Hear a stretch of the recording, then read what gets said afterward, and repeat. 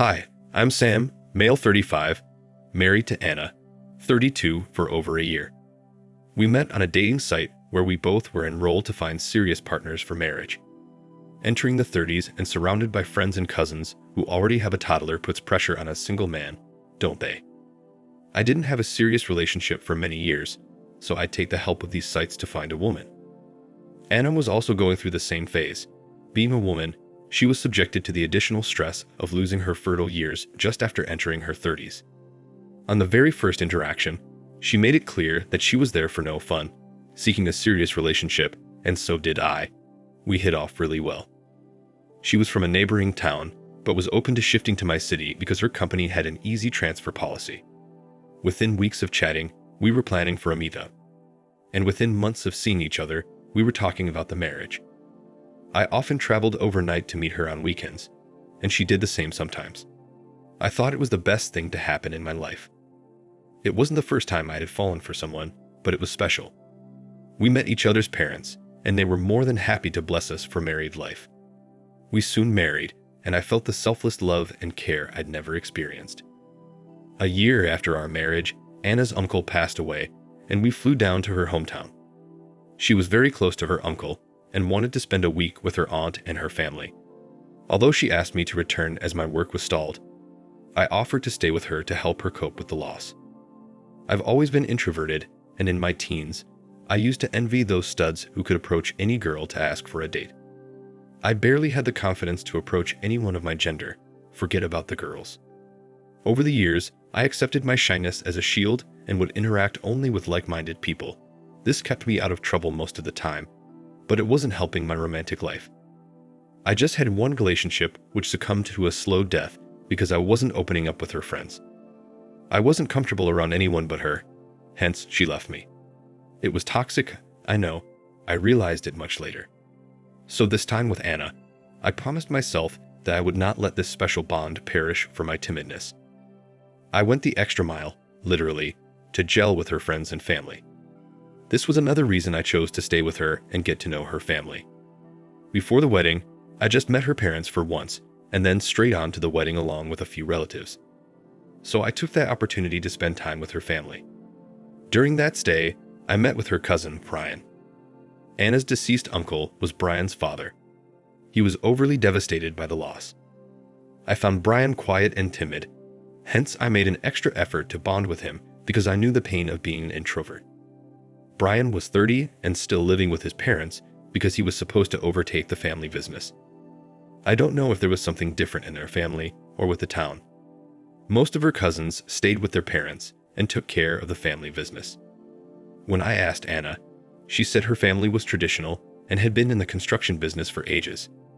Her great-grandfather started out small, but created multiple business units which he distributed amongst his children, and that's how the legacy was passed on. I was fascinated by it. As per Anna, Brian was a black sheep who wasn't interested in running the family business and was interested in a creative field, probably wanting to have an art gallery or something. However, his family did not approve of his passion and forced him to join his father and brothers at the office.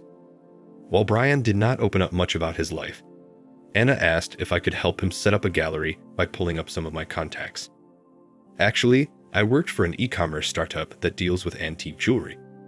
Although I didn't know anyone who could actively help Brian, I agreed to help with the confidence that I could figure out something. It was a peaceful week's stay with her family. I got to know them and their tradition. Anna took me to her ancestral homes by the countryside and made me taste the local cuisine. I was amazed at how diverse we are as a country.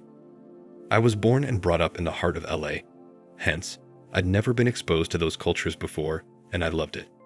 Soon after we returned, Anna told me that Brian wanted to move to LA to pursue his career and requested that we let him stay with us until he got a job. I happily agreed. This was a month ago. I greeted Brian and made him comfortable at my house. He said he would look for a part-time job and meanwhile pursue his passion for art.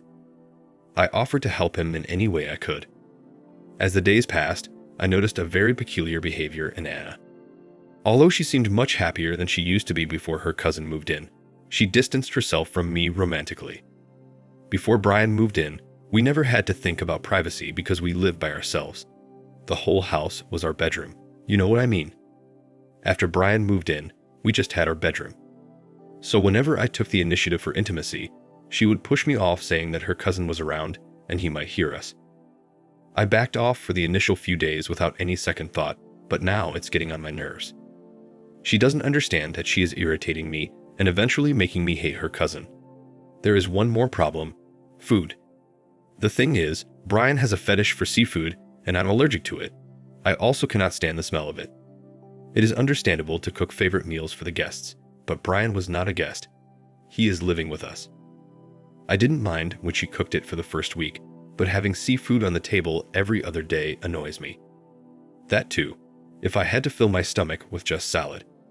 We had divided the responsibility in a way that she would cook and I would clean, so I had no option but to wash the stinky dishes on which she and her cousin had gorged upon. I know I might sound rude, but I'm frustrated. When I confronted her that she should make something for me as I can't have a salad every day, she said she doesn't have the time to cook 2 different types of meals.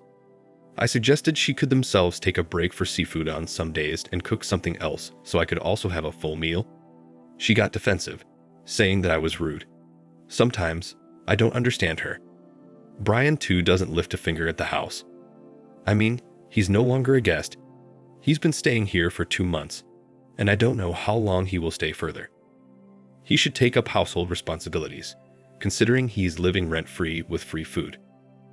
I reached my boiling point yesterday when I asked her to switch responsibilities, that I would cook and she would clean. I know I tried to play smart and take control of the food, but she turned out smarter and caught me.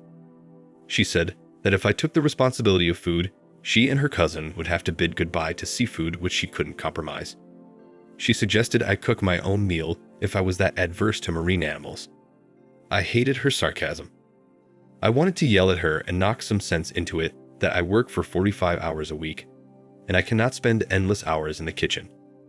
The thing is, I'm getting annoyed by them to the point that I don't respond properly to Anna or Brian. Anna's protectiveness for her cousin makes me hate him, and I want him to move out ASAP. Sometimes when I clear my head and think, I feel that I'm being rude to Brian, and maybe I'm giving a signal that I'm doing a favor to him by letting him live with us. I genuinely don't feel like that, but Anna's attitude is pushing my buttons. I have discussed this with a few of my colleagues and got a mixed reaction. Some say I'm annoyed because our privacy is intruded, and some acknowledge a problem with Anna. I'm posting it here to get some perspective. If anyone has faced a similar issue, kindly suggest what I should do. Now for the first update. Hi all. Thanks for hearing my rant and giving some solid advice. The day after my original post, I subtly brought up the topic on the dinner table in front of Brian that we should make a weekly dinner menu that should have the preferable food of all 3 of us rotated over a week, so that I could at least have a proper food on 2 days of the week. Anna rolled her eyes, indicating I shouldn't have brought that topic in front of Brian. But Brian was quick to agree and apologize for being inconsiderate all the while. The discussion ended on a good note. I felt I was unnecessarily exaggerating the situation, which got solved so easily. While one of the issues got solved, or at least got mitigated, Anna's growing distance still bothered me. Our sex life is close to null because she's too busy setting up her cousin's life. She has been taking a lot of leaves from her office to accompany him to his interviews. Brian is also looking for a job in a ceramic institute. I don't know if I had a limited understanding of art or if he's confused about his job plans. I don't know. I'm just watching them running haywire, dumbfounded, waiting for the day he gets a job and moves out. Anyways, today I'm here to share a pestering concern. Last week, I had light work, so I came home early on most days. It was disturbing to find Anna sitting so cozily with Brian. Although nothing explicit, their body language was alarming. I met her legs on his thighs. Sometimes he leaned over her shoulder. It is understandable when cousins are young, but both are in their 30s and one is married. When I discussed this with my close friend, he dismissed it, saying I was just annoyed by Brian's presence. Hence, I'm picking on him. I know it is outrageous to assume such things between cousins. Maybe I'm just presumptuous, but it hurts to see Anna sitting so cozily with Brian while pushing me away, saying she was tired and not in the mood. This concern of mine is so sensitive that I'm afraid to confront Anna about it. I might sound disoriented or delusional, but I need serious advice on how to proceed. Now for the third update. Hi, I know I'm updating after a long time. It has been the most disturbing and traumatic time of my life. I'll jump straight into the update. I caught Anna sleeping with Brian. Soon after Brian shifted, I had a disturbing feeling about seeing them together. However, I ignored it. Even when writing the last update, I had a strong instinct that something was rotting between them, but I didn't want to sound presumptuous. A few days after my last update, I arrived early to find my house locked. Usually, Anna or Brian used to be at home, but that day it was locked. I texted Anna asking her when she would return. She didn't reply to my text. I was feeling uneasy, so I decided to go for a run. I went to the nearby Citizen Park, and guess whom did I run into? My wife and her cousin. They were hugging each other, sitting on a bench surrounded by dense bushes. It was so sudden that none of us got a chance to react. I just stopped, and so did they.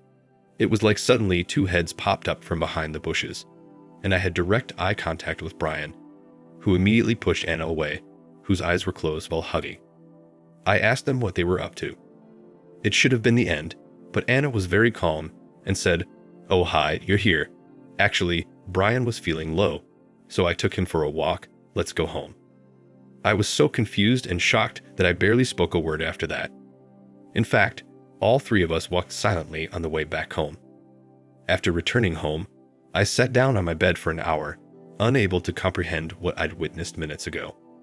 When she came to call me for dinner, I gave her a look, but she stared back, asking me why I looked intensely. I silently ate dinner and went to bed. I didn't look at either of them at the dinner table. When she came to sleep and tried to hug me, I told her I was disturbed seeing her hugging Brian so passionately. She chuckled at me, saying that Brian was her cousin and it was just a sibling hug. It should not bother me at all. I realized later that Anna was playing mind games. She did not act shocked. She did not apologize because she was hugging her cousin, and it was no big deal. However much I tried to sweep it under the rugs that they were cousins, it was bothering me, so I devised a plan to find out the truth. As some of you suggested in my last update, I should hire a PI. But I thought it wouldn't be fruitful because the suspect was right inside my house, so I bought some hidden cameras with the intention of placing them in several corners of the house. But the challenge was that Brian was mostly at home. I don't know what he was up to. By then, I'd understood that he was not serious about work. He was lurking around in my house, and I had to get rid of him, anyhow.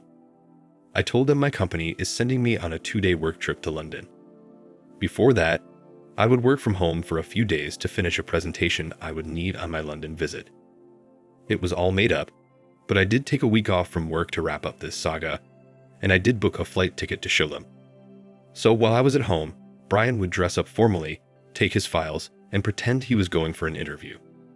I don't know. I may be assuming that he was acting, but I don't care.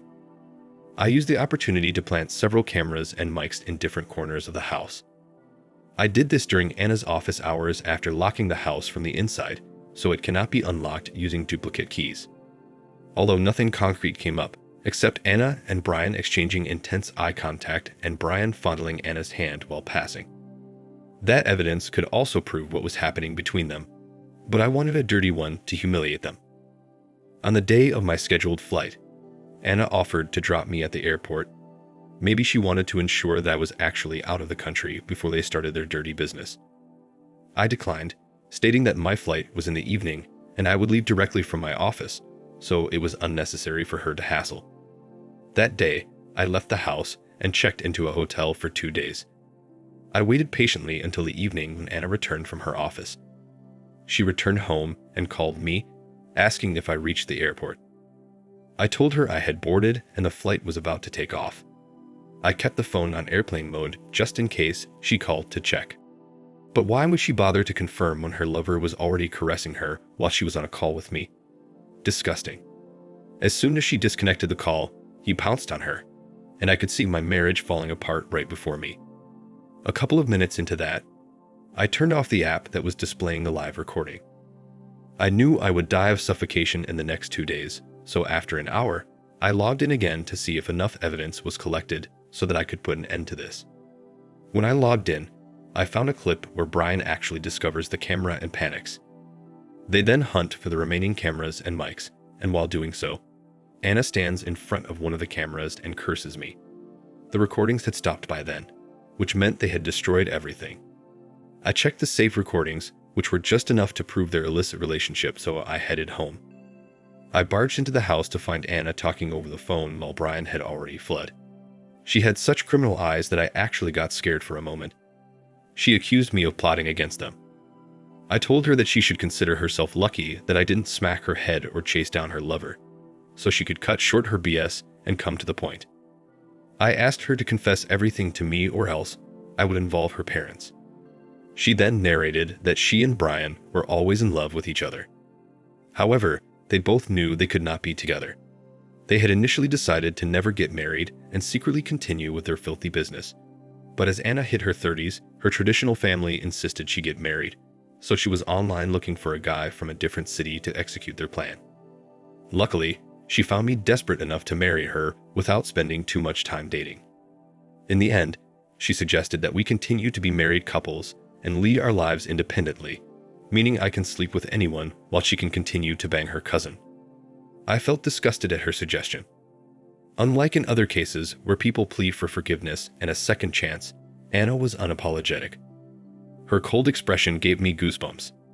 I felt so uncomfortable sharing a roof with her that I gave her the ultimatum of a day to vacate the house and move back to my hotel. The next day, she texted me that she had vacated the house. I went to find that actually she did. More than emptiness, I felt a sense of relief. I spent the next few days contemplating my future and the next few weeks drinking over my misery, but that's not important. What Anna did next pushed me to the extreme. A week after Anna left, her parents called my father, threatening to sue me. I don't know why he didn't call me. Her father was that kind of a strict man who would urge to have any critical discussion with the parents and not with the children. Apparently, Anna had told them I was spying on her by placing cameras and mics in the house. She said I was overpossessive about her and had a problem if she spoke to any other men, including her cousin. She also added that I was violent and threatened to smack her head to kill her. This came out of the blue to my parents because I hadn't told them about Anna's cheating yet. In fact, I didn't intend to expose her to anyone, but she left no choice to me. In the moment of rage, I forwarded those video clips to her father. I took Brian's number from the family group and sent a copy to him as well. I also told him he should be thankful to me for not sharing the clips in the family group. Within minutes, my phone was bombarded with voicemails from Anna, accusing me of betraying her. She said it was a deal between us that I won't reveal the truth to anyone. Now, when I retrospect, I remember when I was leaving again for the hotel that night. I told her, "Vacate my house in a day and sign the divorce papers uncontested. I won't expose you." It wasn't a promise. Even if it was, she maligned me in front of her family to come out clean. Her father threatened my parents to chase me down. What else did she expect me to do in that situation? My father suggested that we lodge a police complaint before they filed us for domestic violence. I told my parents I was never violent with her, but they said it would take years to prove myself innocent, so it's better to be vigilant. We lodged a complaint and got a restraining order against Anna and her family. During the divorce proceedings, she joined virtually, citing health issues that barred her from traveling down to another city. She was alone on the video call and kept quiet during the trial.